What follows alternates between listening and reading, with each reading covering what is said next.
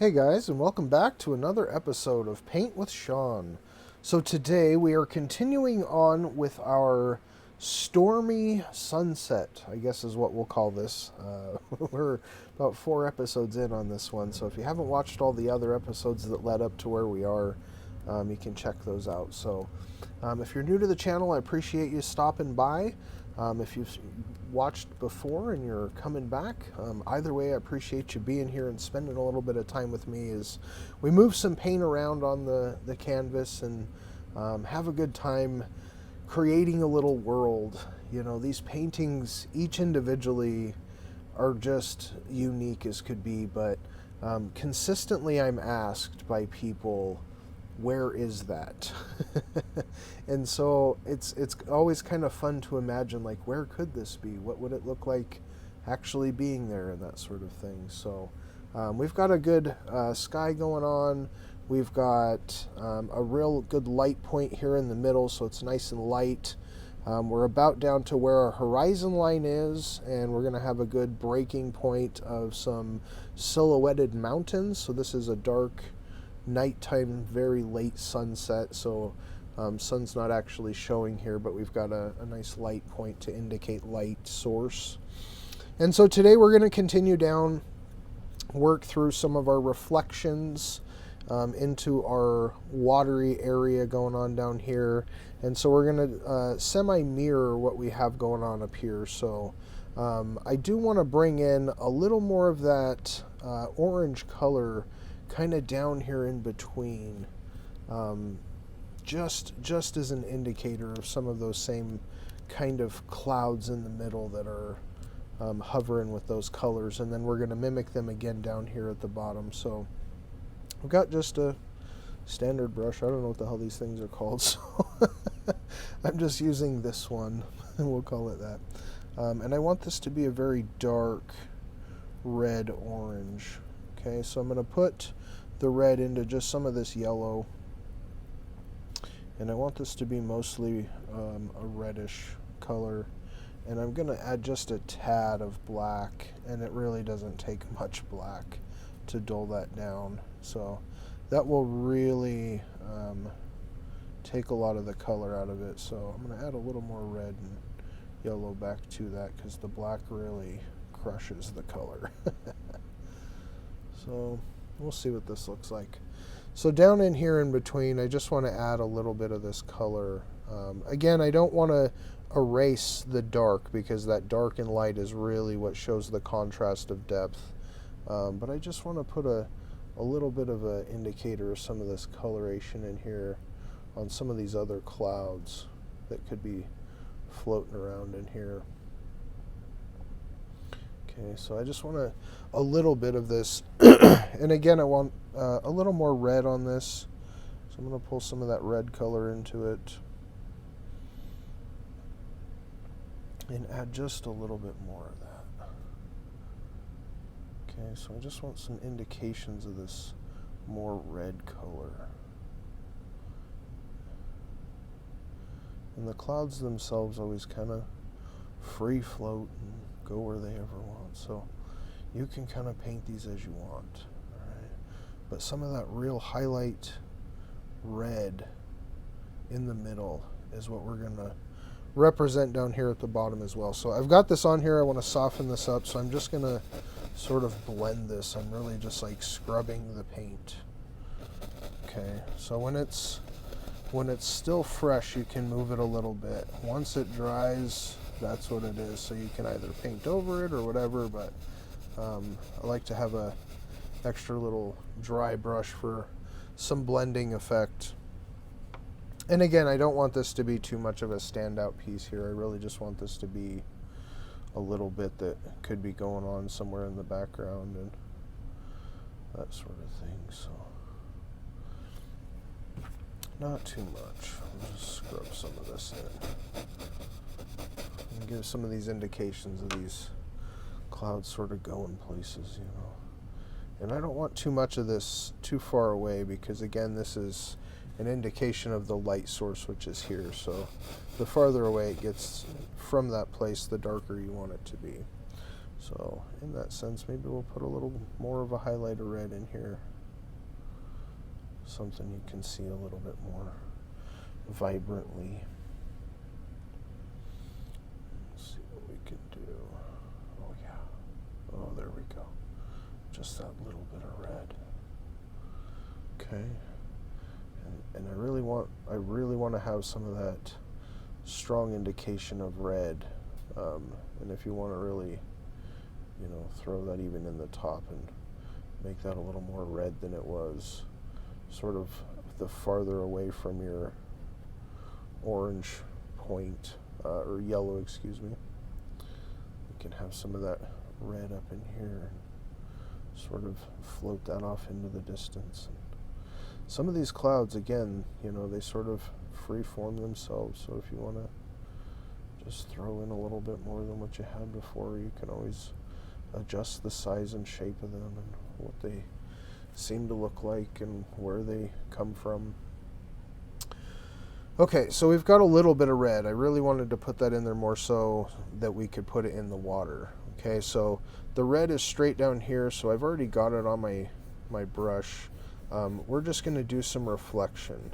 Okay, so again, I don't have a lot of coloration down here, so I really just want to have some of that real reddish orange color.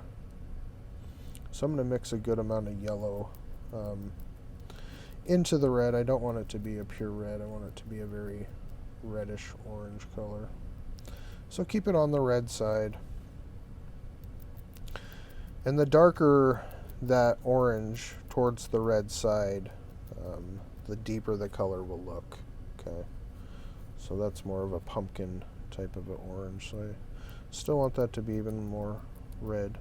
So you can just play with the color, just test it a little bit, see how it comes out and what it looks like. And we're painting a reflection, so this is really going to be very generic, very just blended type color. So I don't have near enough paint going on, so I am going to mix up a good bit of this so we can really blend some of this out. There we go. Okay.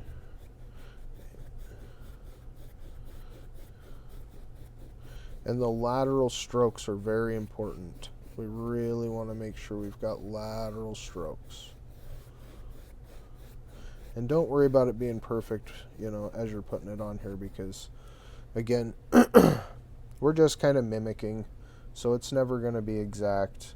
And you can always put paint over the top if it doesn't come out how you'd like it to be. So I'm just getting this on here and sort of getting some coverage with this more reddish tint orange. And I'm giving it sort of an upgrade, kind of mimic what's going on in the sky. So maybe up here we have a little bit more of the red. And I'm just kind of blending this out. And if I really want to get serious with the blending, we can get a dry brush and really kind of scrub this around and even it out. Okay.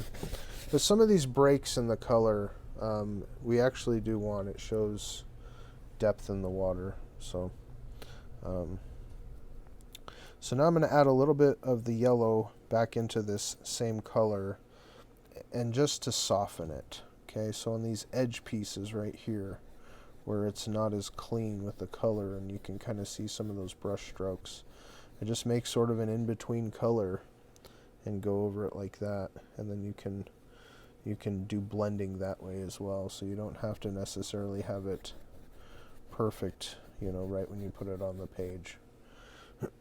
And these little variations, they're okay. It's okay to have a little bit of streaks and stuff, because it kind of shows some movement in the water, and reflections only happen with water. So I want to really leave this light color here in the middle.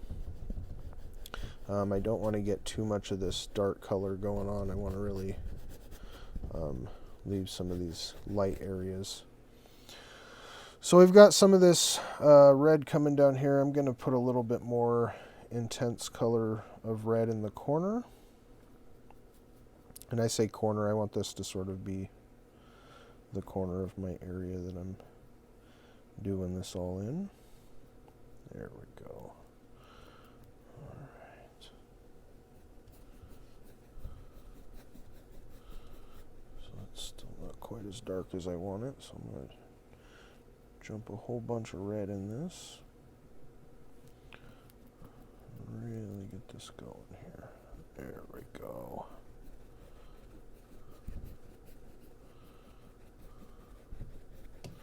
And I'm just kind of distributing the red out from this one little corner right here. Okay, so just sort of an indication of some dark color going on. And most of this is going to be covered up on the bottom with silhouette. So I'm just creating an area for sunset. In the water, so we're going to get some of this blended out, and we've kind of got some of our cloud stuff going on here. So we're going to make this same color down over here, and same with that. We're going to add some of that over into this corner here. So we just want to have a little bit of variation in what's going on in our pond and all the pieces around it. So if you're ever unsure about yourself, you can always just paint a little area of it and see what color comes out on the canvas and go from there. You can always adjust.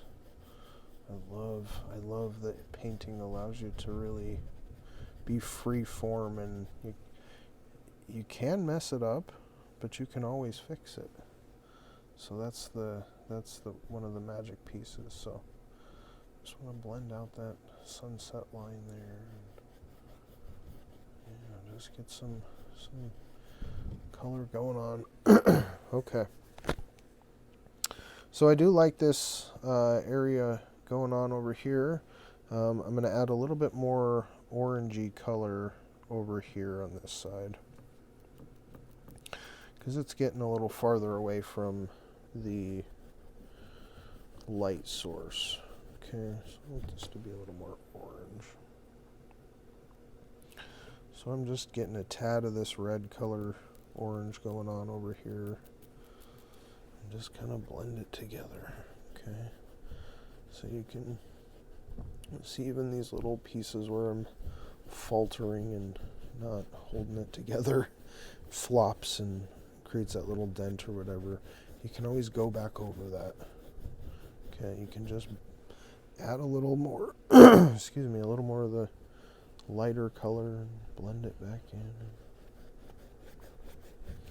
Okay, so we're gonna get a good little silhouette action going on with some mountains, and we're gonna have some underneath brush, and really just kind of finish this off in a clean way here. So I'm going to lighten up some of this over here. I really think this might be a little bit too dark of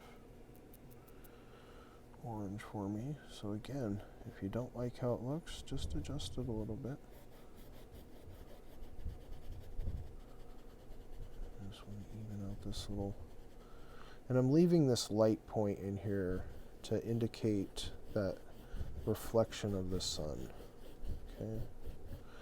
So if you want it to be a little bit lighter, you can adjust it. Throw a little more color in there and have it play out however you want. Water is very forgiving.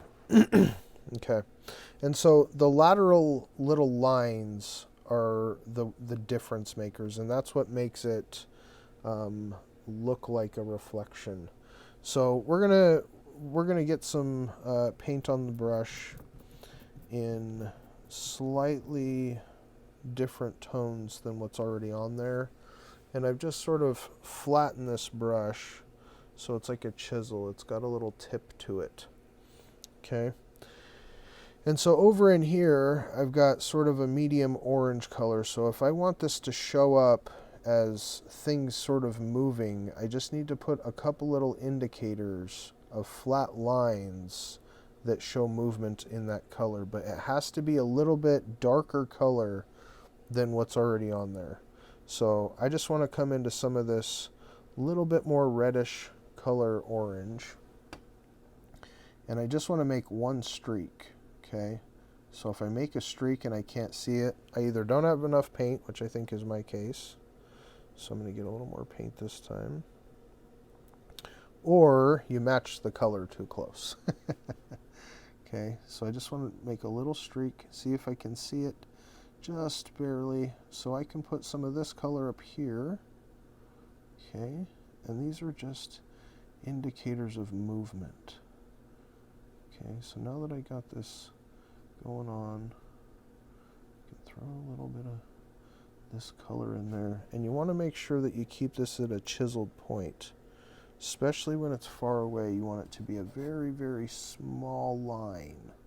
Okay, the bigger these lines are, the thicker they are height-wise, the deeper they look. So if you want some lines that look like they're moving, you got to have a very soft touch. Okay, and you just kind of jiggle them. Jiggle them right out of your brush. Okay, so I'm going to get just a little bit more of this red color, darken it up just a bit. Okay, and just sort of here and there, some indicators of the water moving. Okay. So this little back and forth of the light to the dark, that's really what changes the game with how it comes out and what it looks like. Are you able to see the depth? Are you able to see the difference in color? Okay.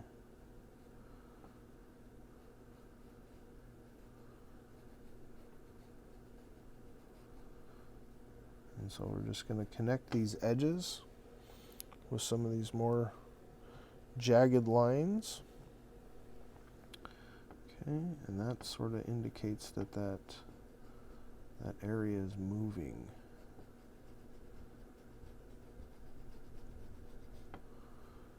Okay.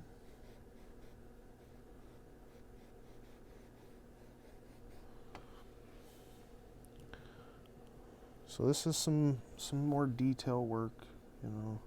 This may not have been the ideal way to do this. There might be a faster way or something, but I really enjoy these little pieces of just putting it together and showing those indicators of things going on. Okay, and I'm just going to brush these out a little bit so they're not quite so strong of lines.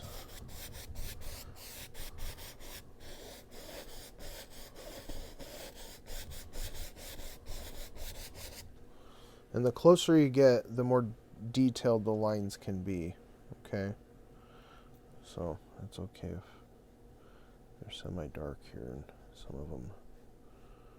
And again, I just want these to stay lateral in motion.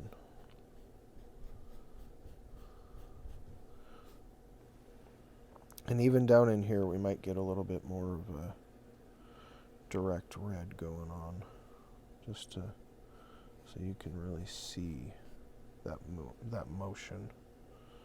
Okay, we can even throw a little bit of dark into that red. Okay, really darken it up. We can throw a little back in here.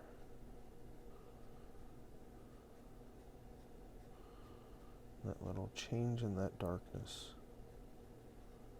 And we can scrub a little bit in. It's always kind of try to make it look random. Alright, and that's really the piece that we want to make sure is going on more than anything, is that it doesn't look uniform, because nature is not uniform. Okay, so we're going to scrub some of these out. So we can indicate a little bit of movement going on in our pieces. We still got a little bit of the stark color in here, and so we can throw in some little color change. That's the key. Okay. And it got real dark real fast with that black, so be careful with it. Alright, so let me put some water in this and get rid of a little bit of that dark color, because I want to hit some of this lighter color in here.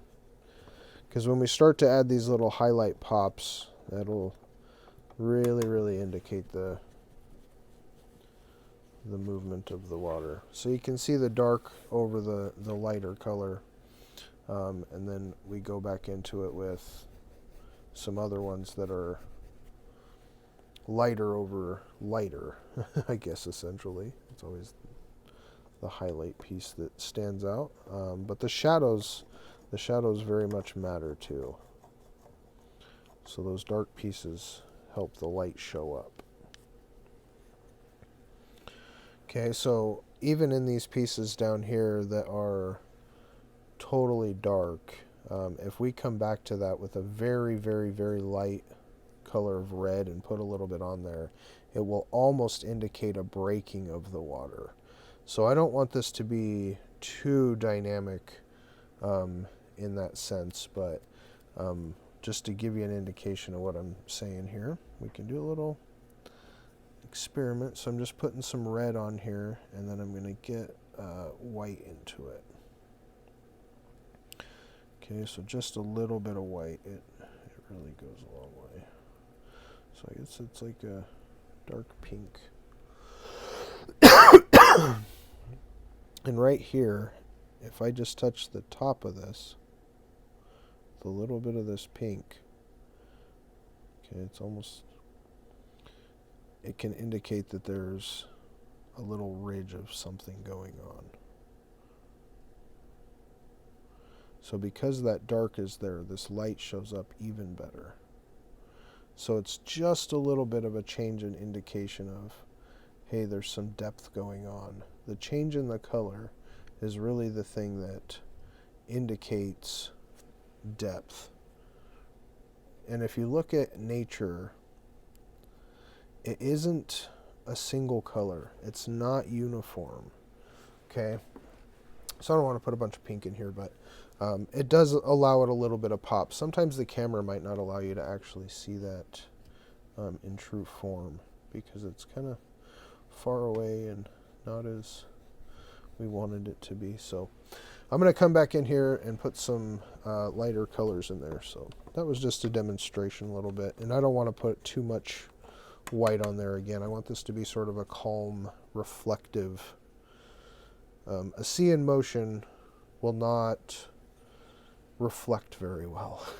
Okay, so if we're out in the sea here and there's too much direct dark to light, that just indicates a breaking of the water, which means motion is going on. So I'm just going to soften up some of these just so it's not quite so intense of color change within here. So just that little breakage of some things is fantastic. So I'm going to get a little more of this yellow color. I about got out of my pure yellow, so I just want to put a little lighter color yellow going on.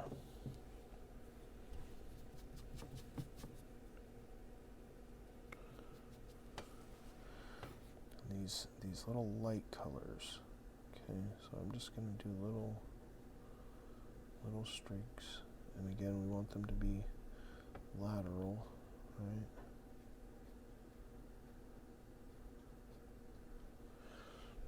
These little lighter colors are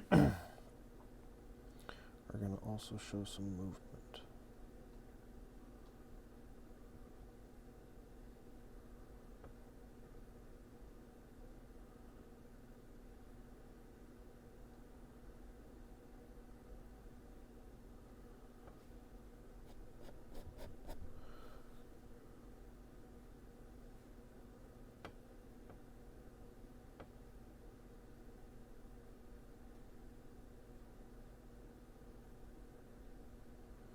Okay, and so our light source is over here, so we just want to have a little bit of light going on. I didn't like that stroke. Okay, so I'm just going to fuzz them out a little bit. So this is sort of creating a little break in the color so it's not so flat. Okay, we can make little ripple motions, that's okay. As long as it's just not boring flat color and exactly uniform in how things are looking. Okay, so we're just going to put a little more yellow in here and have some breaks in the color. Okay, so I'm going to blend this out a little bit. We've got some things. Okay, so that's real soft. And we're going to get a little bit darker now down here, so we want to have some of this bluish, darker color sort of reflected as well. And we're going to have our mountain line right about here is going to be our horizon line. So our mountains are going to kind of cover up some of this area. So we're going to have a very small amount of yellow to a little more amount of yellow. And some black over here. So we're going to kind of reflect the same sort of distance and start in here with some of our darker cloud colors and that sort of thing. And again, these are just going to be indication colors. They are not going to be forms that look like these same shapes. Okay, so we're just going to pull the color, you know, this grayish color comes out to here. So we sort of want to have that same opposite look coming out on the other end here. So I'm going to use a little more of this yellow while I got it on my brush. Put a couple more highlight colors in here. Just little tiny ones. Okay, just little marks.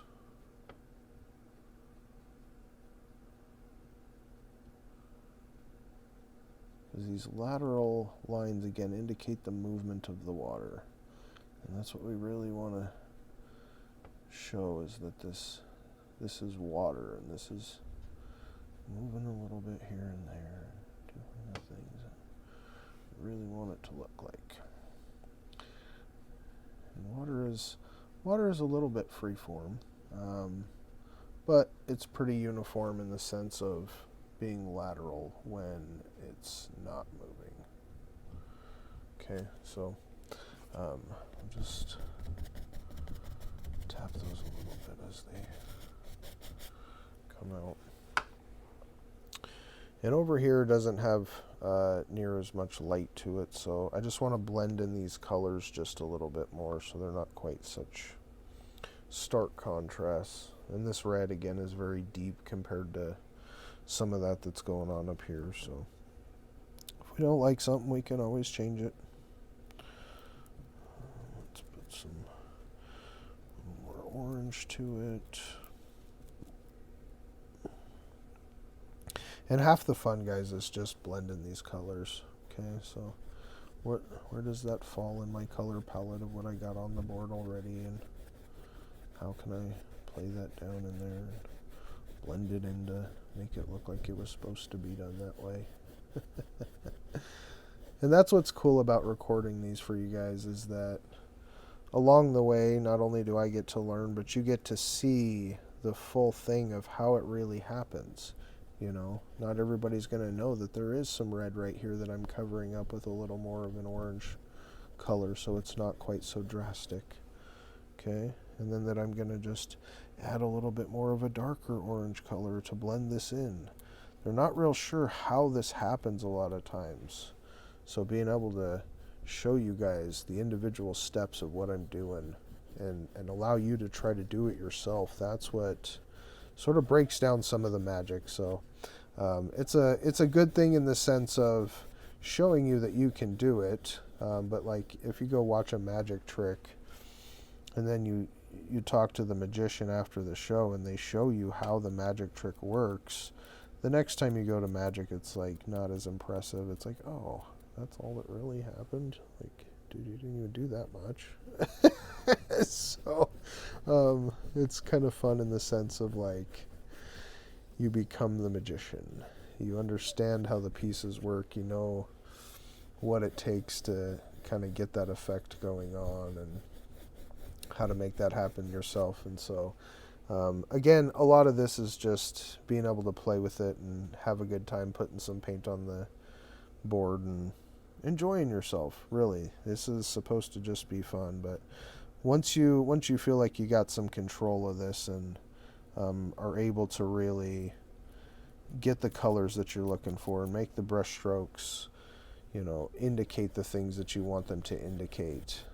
It really opens up a lot of worlds for you. You can create worlds. That's really what it comes down to. So just kind of blend in some of this in so it's not quite so hard lines. Water doesn't have a lot of hard lines unless something's really going on, you know. Okay, so we've got some things happening. Let's move into our next little piece as we go. We've got a couple minutes left here. So again, we want to bring the bluish gray color over to here, kind of mimic some of that as well going on down here. And then we're going to come back and fill in the middle with a set of mountains, and the bottom will have some brush and down to a black color. So it's going to be finished up here in the next couple. So let's actually go ahead and cut this one right here, give you a little cliffhanger, come back for the next one, and we will see you guys on the finish of this video.